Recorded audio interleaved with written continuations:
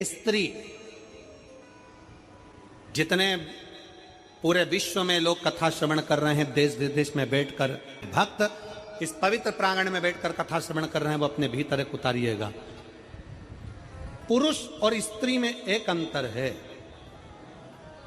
पुरुष जब भगवान के मंदिर में जल चढ़ाता है, जल अगर चढ़ा रहा है तो वह अपने माता पिता, अपने नाना नानी को पार लगाता है, दादा दादी को पार लगाता है। पर शंकर के मंदिर में अगर कोई स्त्री, कोई नारी, कोई लड़की, कोई कन्या, कोई बेटी, कोई माँ, कोई वृद्ध भी अगर शंकर के मंदिर में एक लोटा जल चढ़ा रही है तो वो अपना मायका और अपना ससुराल दोनों की 71 पीढ़ी को पार उतार देती है।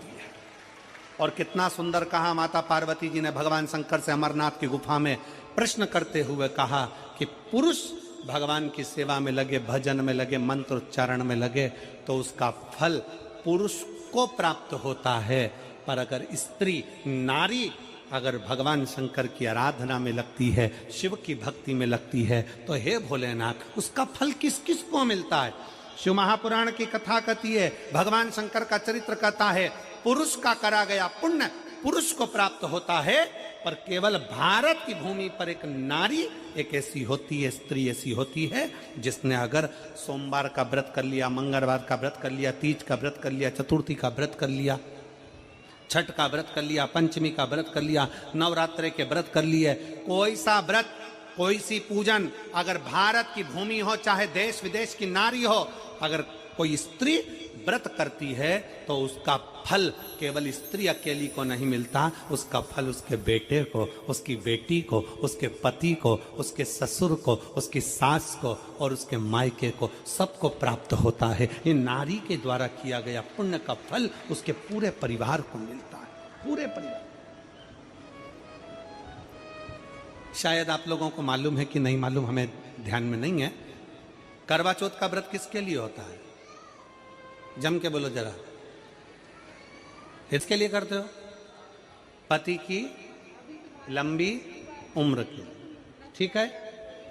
और ये पूरी दुनिया जानती है कि करवा चौथ का व्रत पति की लंबी उम्र के लिए होता है। पर कभी मौका मिल जाए तो एक बार गणेश पुराण को पढ़िएगा, और गणेश पुराण में और देवी भागवत में दोनों में स्पष्ट वर्णन आता है कि अगर स्त्री चतुर्थी का व्रत करती है, चाहे वो करवा चौथ हो, चाहे बड़ी चतुर्थी हो, छोटी चतुर्थी हो, किसी भी चतुर्थी का व्रत अगर स्त्री करती है तो उसके पति का तो उम्र बढ़ता ही है, साथ में उसके पुत्र का वैभव भी बढ़ता है, उसके पुत्र का वैभव भी बढ़ता है, उसकी संतान का सुख भी बढ़ता है। तो कोई ये विचार ना करे कि करवा चौथ का व्रत केवल पति के लिए होता है। शिव महापुराण की कथा कहती है कि करवा चौथ का व्रत अगर स्त्री करती है तो पति की तो उम्र बढ़ती है, साथ में उसके बच्चों का वैभव भी बढ़ता है।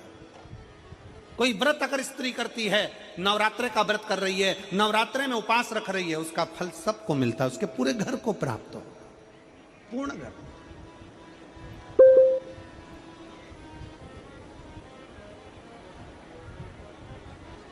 शिव तत्व, शंकर की अविरल भक्ति, शिव की उपासना।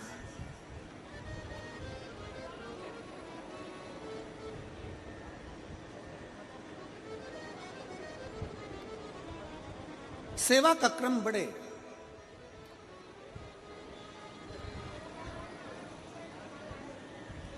मंत्री से ज्यादा मंत्र पर भरोसा रखो, मंत्री से ज्यादा मंत्र पर भरोसा रखो, और संसार से ज्यादा मेरे महाकाल पर भरोसा रखो। मेरे महाकाल वो है आकाश। उन्होंने पूछा, गणेश जी फ्री कब रहते हैं? तो हमने कहा अब ये तुम्हारे ऊपर, हमको तो मालूम भी नहीं, हम तो अपॉइंटमेंट लिए भी नहीं उनसे, तो तुम्हें ज्यादा स्मरण। तो किन आप शंकर जी की कथा करते हो, आपको नहीं मालूम कि गणेश जी कब फ्री रहते हैं? हमने कहा गणेश जी फ्री रहने का केवल एक समय होता है, एक टाइम होता है, एक पल होता है, एक घड़ी होती है कि गणेश जी महाराज हमारे घर में आ गए, गणेश जी की सबसे पहली जो आरती हो, उस आरती के समय पर अगर धूप बत्ती जलाई जाए या गोबरी को जलाकर उसमें गूगल छोड़ी जाए और गूगल छोड़ने के बाद गणेश जी का नाम ध्रुम वर्ण कह दिया जाए, तो गणेश जी को तुम्हारे घर की पूजा स्वीकार करना पड़ती है। बस वो समय हम जानते। हम तो बस उतना जानते हैं कि शिव महापुराण में लिखा और मुद्गल पुराण में लिखा, गणेश पुराण में लिखा, गणेश जी का एक नाम होता है ध्रुम वर्ण। क्या नाम है?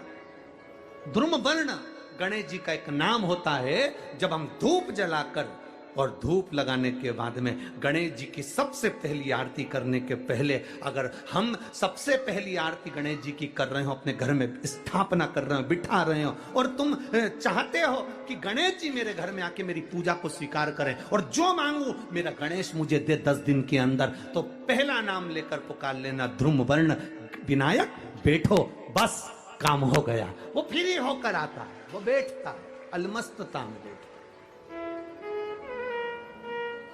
अब वो हमसे पूछे समय क्या है, हमने कहा देखो हमारे को तो मालूम नहीं, बस इतना जरूर जानते हैं कि ध्रुम वर्ण नाम के मेरे विनायक, जो जिनके शरीर से भक्तों के ताप मिटाने के लिए अग्नि तेज निकलता रहता है, जिनके शरीर से धुएं की भांति अग्नि प्रकट होती रहती है।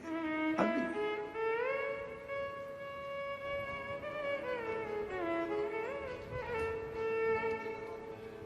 हम तो उनको पहचानते हैं जो दुनिया के ताप मिटाने के लिए प्रगटा।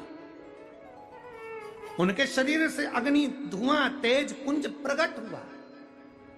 वो ध्रुम वर्ण विनायक साधारण, उसका केवल नाम उच्चारण कर कर भी अगर विराजित किया जाए, वो आया स्वीकार करेगा।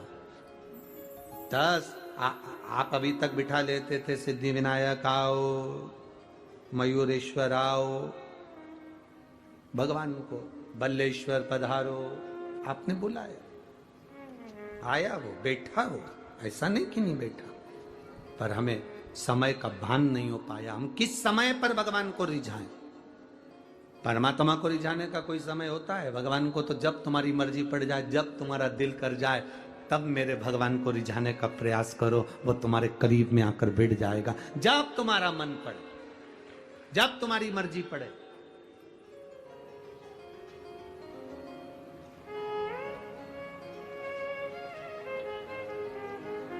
चतुर्थी का व्रत करने वाली जो माताएं होती हैं, जो चतुर्थी का व्रत करती हैं, आज भी चतुर्थी मान्य हो रही होगी, तो चतुर्थी का जो व्रत करने वाली होती हैं, जो चतुर्थी का पूजन करने वाली होती हैं, उनके भीतर का एक भाव होता है कि जैसे ही शाम का समय आए चंद्रदेव का पूजन करें। चंद्र जब प्रकट हो जाए, कलश भर लिया, उसके नीचे आखा दाना रख दिया,